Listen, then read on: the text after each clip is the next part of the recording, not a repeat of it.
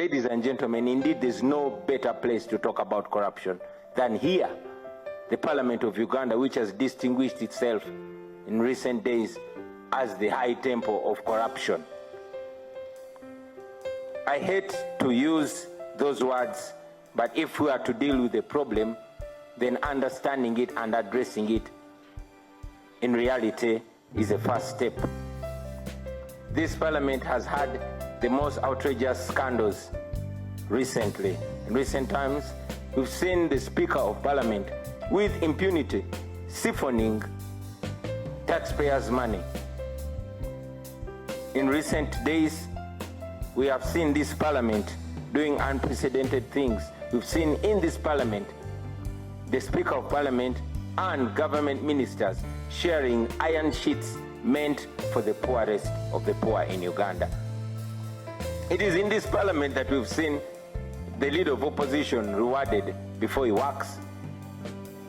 It was in this Parliament where we saw that so-called service award. And it is this Parliament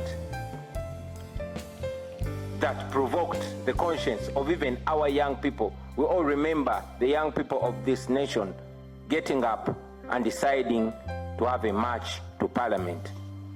Many of them were arrested, as you read in the newspapers, tortured, and even sodomized for daring to counter corruption.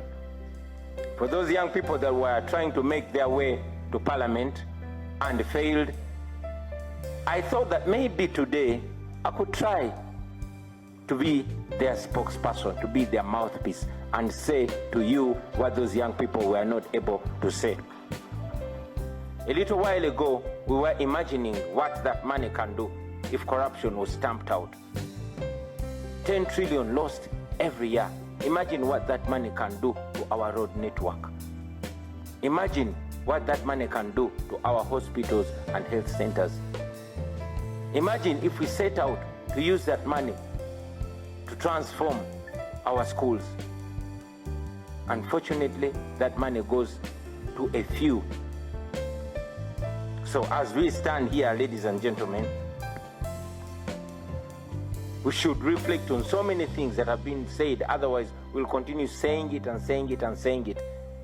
Recently we lost one of Uganda's international journalists, Shaka Sari, and he was quoted to have said that one of the biggest achievements of the Museveni regime is institutionalizing corruption.